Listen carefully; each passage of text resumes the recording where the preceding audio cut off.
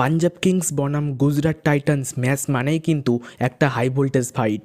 আজকের ম্যাচটি হতে চলেছে মুল্লানপুরের সেই মাঠে যেখানে আগেও অনেক ড্রামা দেখা গেছে। এবার এই পিচটা সম্বন্ধে কিছু শোনো। এই পিচটা পেসারদের জন্য খুবই ভালো, বল সুইং করে, তেমনি ব্যাটসম্যানরাও যখন তখন এই পিচে খেলাটা দখল করে নিতে পারে। এখন যদি পাঞ্জাবের কথা বলি, যদিও এটা তাদের হোম গ্রাউন্ড, কিন্তু এখানে তাদের রেকর্ড খুব একটা ভালো না। মাঝে মাঝে ভালো খেলে কিন্তু ধারাবাহিকতা নেই। তবে এবার একটা নতুন আশার আলো, কারণ টপ অর্ডারে নতুন প্লেয়ার এসেছে। অন্যদিকে গুজরাট টাইটান্স এই টিমটা কিন্তু অনেক স্মার্টলিভাবেই ক্রিকেটটা খেলে। এরা সবসময় চাপের মধ্যে ম্যাচটা নিজেদের করে নিতে পারে।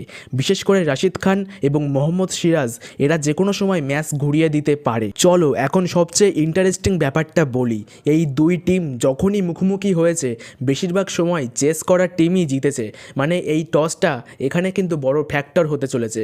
পিচের অবস্থা দেখে মনে হচ্ছে 180 থেকে 190 রান হলে সেটা ভালো স্কোর। 200+ রান হলে ম্যাচ পুরো বোলারদের হাতে চলে যেতে পারে। পাওয়ার প্লেটা খুবই গুরুত্বপূর্ণ হবে।